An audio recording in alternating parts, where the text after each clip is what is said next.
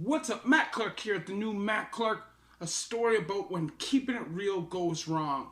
When somebody thinks because they put in a little bit of work, they're untouchable. Stay tuned for a great story. The new Matt Clark. I need the peace, don't forget the money, man. What's up? Matt Clark here at the new Matt Clark. I speak on prison, I speak on addiction, and hopefully by sharing my experience with you, we can save some lives. So please subscribe to my channel.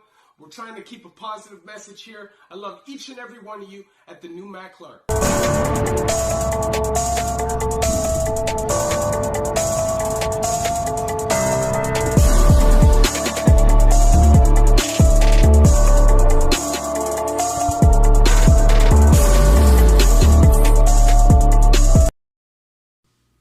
So what's up? What's good? Matt Clark here at the new Matt Clark. How are each and every one of you doing on this amazing Monday?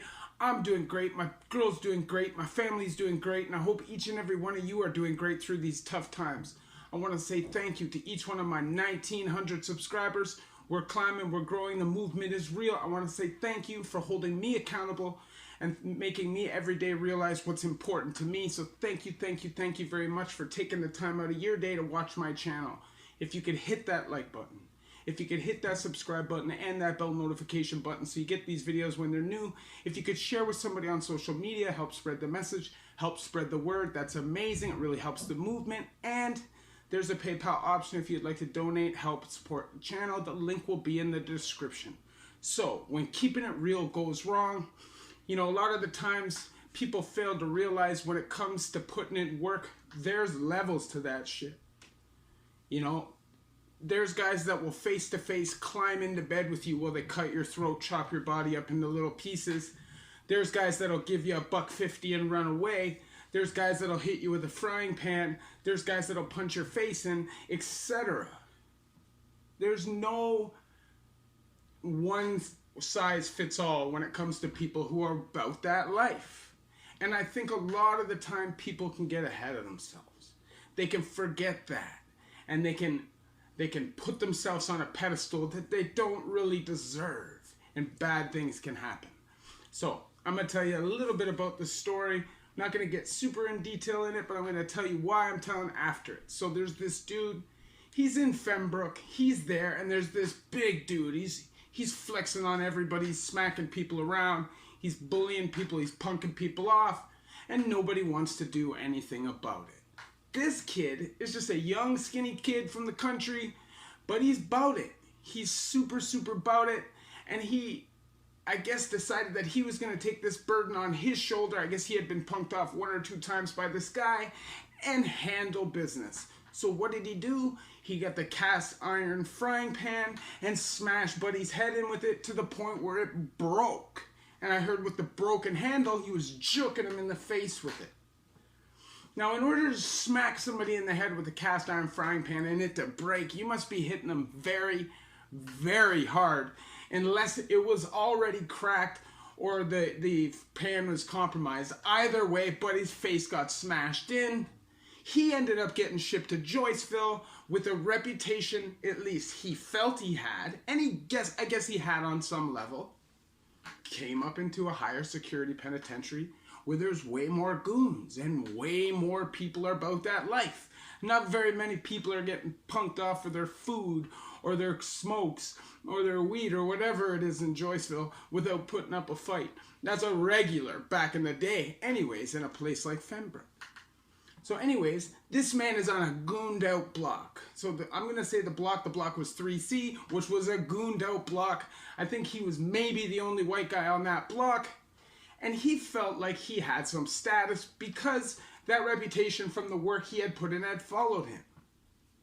But he's a young dude, a young guy, a young generation coming through Joyceville at the tail end of the gladiator years and really didn't understand the situation that he was in or the level of men that he was dealing with. And I guess one day things got a little bit out of hand on his block and he thought that he was going to ride out.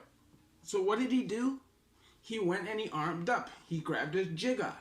And what do I tell you? What do I always tell you in all my stories? You carry that energy, you're gonna bring that energy. The man brought this thing into an argument, ended up backing it out on somebody, and the person who he backed it out on, who was a big, jacked, super athletic dude, black dude, was like one of the nicest guys that I did time with in that whole stretch. Super respectful, never intentionally stepping on anybody's toes, just really about training, playing sports, and trying to do his own time. But I guess things had popped off on the block, words had been exchanged, and Mayu decided that it was a good idea to back out a thing on the man. There's levels to this shit though. And the kid made a almost fatal mistake. He backed out a jigga on a man who was 10 times above him in terms of fight skill, fight ability, and just straight out meanness. And the dude just ate his food. Didn't even use the shank. And I'm sure he wanted to use the shank. I'm sure he wanted to pick that shank up and put it through the kid 100 times just for backing it out, because he knows the kid is about it. But he didn't do that because he's a respectful human being, and he just guzzled at you. The problem is, this kid now hurts his reputation, and for what? For zero reason. Of course he didn't totally destroy his reputation, because he went in there about it. But does it really matter if you went in there about it if you're going out on a fry basket after with your face just guzzled? When it was probably an avoidable situation?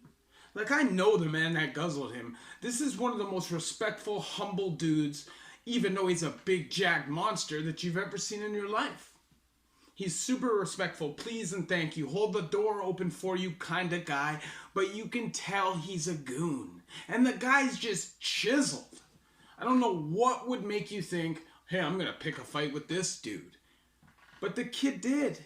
He picked a fight with the guy, pulled a shank on the guy, and got destroyed because of it. It just shows how much a little bit of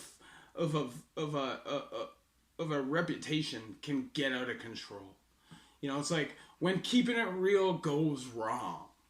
Because you got at somebody by smacking his head in with a frying pan, probably when he wasn't expecting it, and you chewed him. For sure, sure thing. That takes some balls. But not everybody's is the kind of person that's gonna be a victim. And you decided to back out on somebody who was just a straight animal. And for what reason?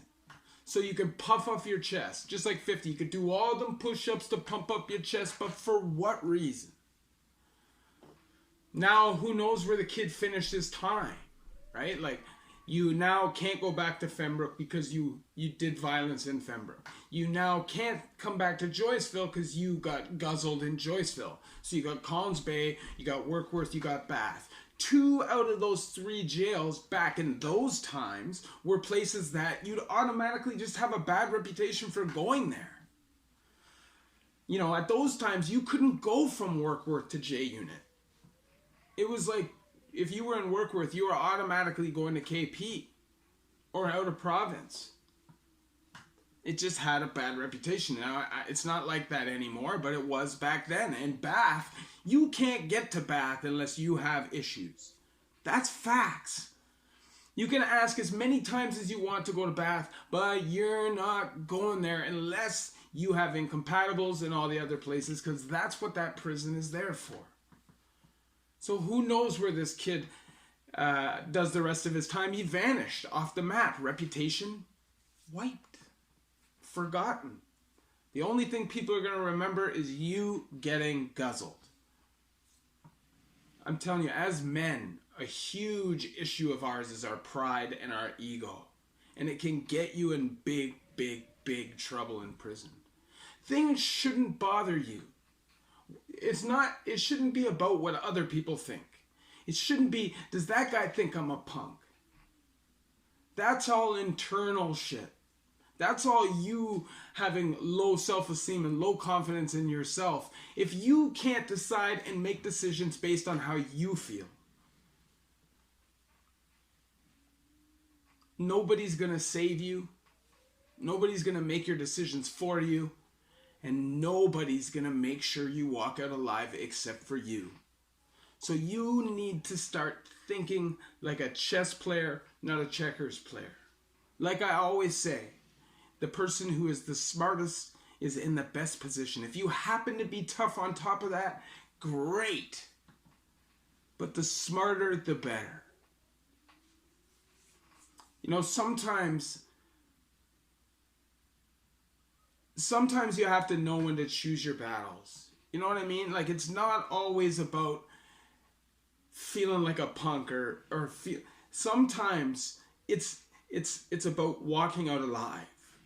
You know what I mean? And I think until a lot of people are in that situation or even see somebody in that situation, you won't understand.